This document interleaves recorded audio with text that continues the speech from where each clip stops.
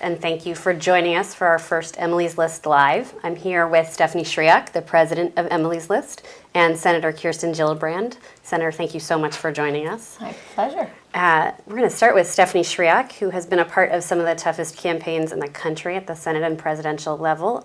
She is a native of Butte, Montana, so if anybody is on the chat from Montana, she wants to hear from you. Stephanie, why don't you tell us a little bit about Emily's List? Great, Jen, thank you so much, and thank you all for taking a little time to be with us today. Again, I am now the president of Emily's List, been on board for a little over a year and just having a wonderful time.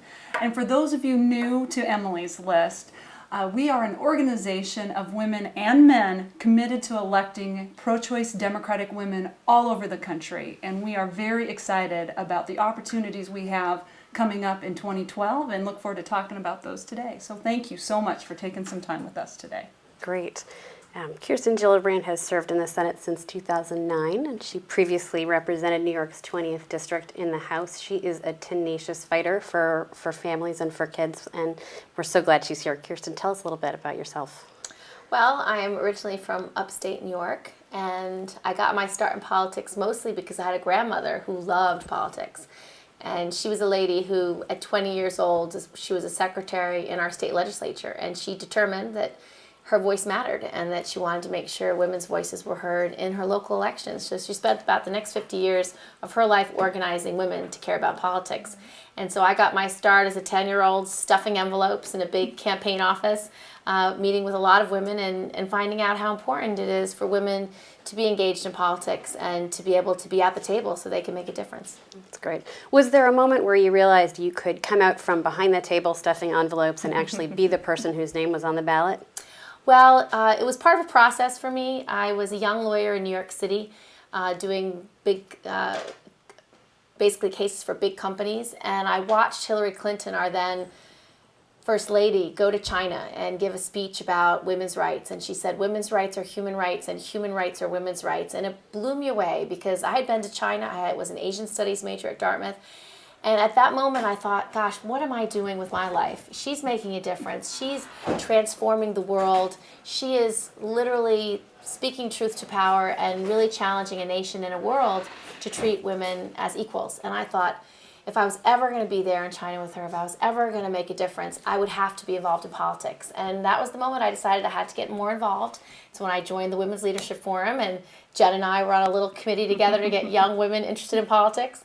And that's where it started. And so over time, I eventually left the law and I worked for Andrew Cuomo at HUD. And I enjoyed that experience so much that I thought I need to run for office. And that's what started my first political campaign when I ran in 2006 for a congressional district in upstate New York, where I was from, and in a very Republican district, but we managed to win anyway. And we beat an 8-year incumbent by 6 points. Stephanie, was there a moment that sort of galvanized you to get into politics?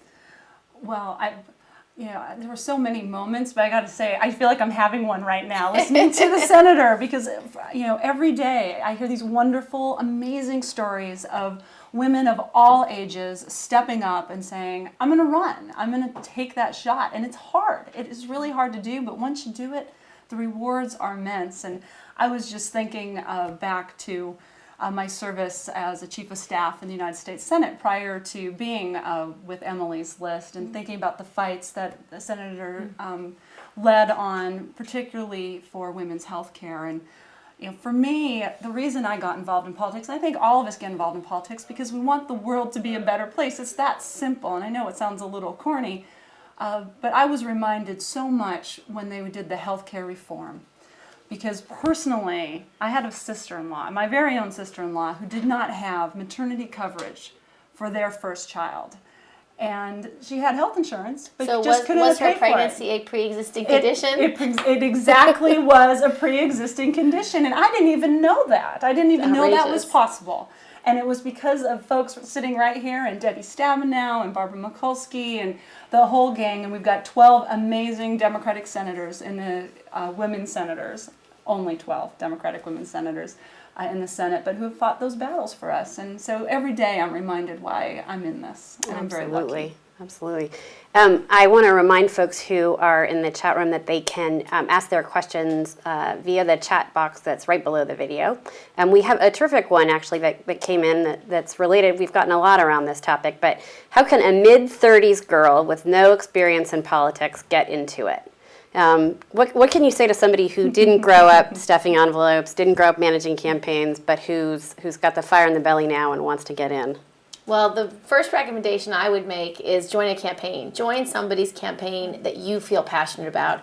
Doesn't matter if it's for city council, for local school board, or for the U.S. Senate. Find a candidate who motivates you and get involved, because every single candidate, every single campaign in America needs help. They need help making phone calls. They need help organizing fundraisers. They need help on policy. They need help on advocacy, doing online chats, doing blogging, doing tweeting. Anything that can amplify that message of the candidate is so important. And one of the, I got involved in President Clinton's campaign in '96, and then I got involved in Hillary Clinton's first Senate campaign and a bunch of others. But the people that you meet on a campaign are lifelong friends. They're people who care about the same values and priorities, and you get more and more understanding of what it takes to win. And when you can create a winning campaign, you basically create the possibility for real advocacy, for someone who's going to be your champion on an issue that you care a lot about. It's so absolutely true of getting involved, and getting involved at any level. I mean, we talk about presidential campaigns and Senate campaigns, but those city council races, those school board races, those are critically important. And to take a little time and get involved is going to make a huge difference. The other piece of it is as you step out and get ready to run, because we need more women to run for office. We just need women to step up and say, do it, just do it. Ask your friends, ask yourself, look in the mirror and ask yourself to run. We really do need more folks to do it. And in the process of all the volunteering and the activism, is you create an amazing network. And it's a network of friends that you'll have forever, but a network of future supporters that you can call and ask for money down the road. And it's kind of what Emily's List is about, a network of women and men who really want to help financially support candidates, as well as through activism and volunteerism, and that's exactly what we're about. That's great. We got a terrific question, actually, about a candidate that both Emily's List and the Senator are supporting. The question is, hello, Senator. I saw you endorse Kathy Hochul for New York's 26th Congressional District. How can we help, and how important is it to have more Democratic women as partners in Washington? Well, very important, and Kathy is an extraordinary candidate. She's somebody who's really going to make a difference in Congress. I know she can win this race. She's extraordinarily well qualified. She has a vision for her district and how to create jobs and really begin to get the economy moving again. The best way to help her is go to her website and sign up to be a volunteer and give her $5. If you can afford 10, go for 10. But just contribute to her campaign, let her know you care about her, sign up your email, and that's how she creates a grassroots campaign. Because what it'll allow her to do is, if you are available to go door to door the few weeks before the election, she can count on you and she'll have your information. It means that, if you do like her and want to support her, you can ask 10 friends to also give $5. That's what's so exciting about campaigns, is they can be viral so quickly. And your passion about any one candidate can make that difference. Oh, so absolutely true. And Kathy Hochul, she really is amazing. She's an Emily's List endorsed candidate. For those of you that live in New York, go help her. She can win this race, and it's a pickup. This is a Republican seat, and she has a shot at picking this seat up. And for those of you around the country, Emily's List is supporting her. We've got information about her race on our website. The power of the online grassroots is key here. So please feel free to help her any way you can, because she needs all of it. Yep. Senator Gillibrand, Allie S. asks that you wrote in your column on Equal Pay Day that the women's movement has been largely stalled. What can we all do to begin advancing women in this country again? Well, the most important thing is for women to get off the sidelines and understand that their voice matters. Because the reality is, too many women think their voice doesn't count, their vote doesn't count, that they're too busy, they're raising kids, working on their career, that they can't make a difference. The reality is you can make a difference. That influencing a campaign through your activism, your advocacy, running for office yourself, working on issues that make a difference to your community's life. All of those ways are so important because the reality is decisions are being made every day that women are not going to like the outcome if they don't participate. For example, the Ryan budget. Did you know that the goal of the Ryan budget is to defund all of Title X under the auspices of keeping federal money from paying for abortions? The federal government has not paid for abortions in 30 years. It is against the law for the federal government to pay for an abortion. What Title X funding goes to is breast exams, prenatal care, pre-cancer screenings, pap smears, fundamental health care for women at risk. And so their view is let's take away all the safety nets for women. That budget, they also had in the budget to cut early childhood education, to cut nutrition for women and infants. So if women aren't paying attention and realize what's at the heart and soul of the choices that are being made in Washington and who's advocating for what, they will not have enough information to weigh in when it comes time to vote, when it comes down to advocating for who their friends should vote for. It really matters. So my goal is get off the sidelines, vote, pick a candidate you care about, help that candidate get elected, and make sure that you are heard on whatever issue you feel passionate about.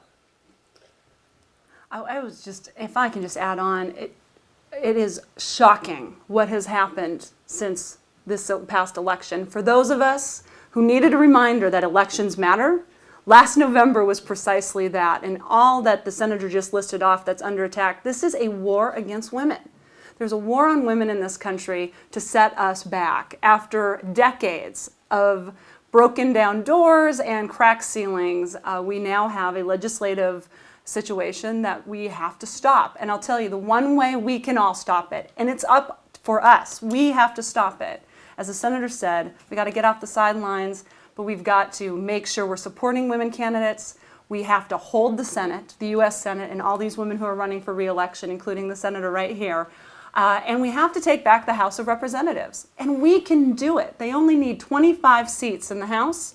And I say, let's make sure that at least 13 of them are women. And how many seats were won by Obama? How many districts did Obama win, and how many districts did Kerry win?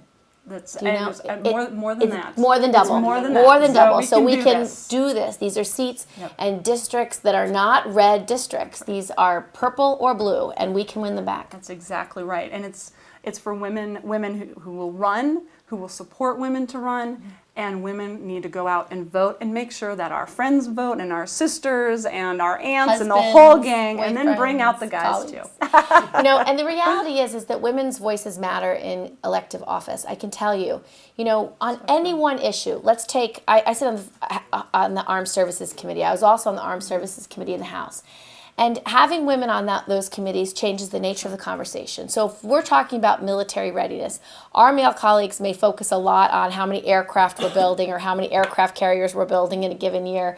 But oftentimes women look at another side of military readiness. How many men and women are going back into combat who are not mentally or physically ready? How many members are suffering from domestic violence, from divorce rates, the higher suicide rates? What's being done to make sure they have access to mental health for post-traumatic stress disorder? How are their families being cared for?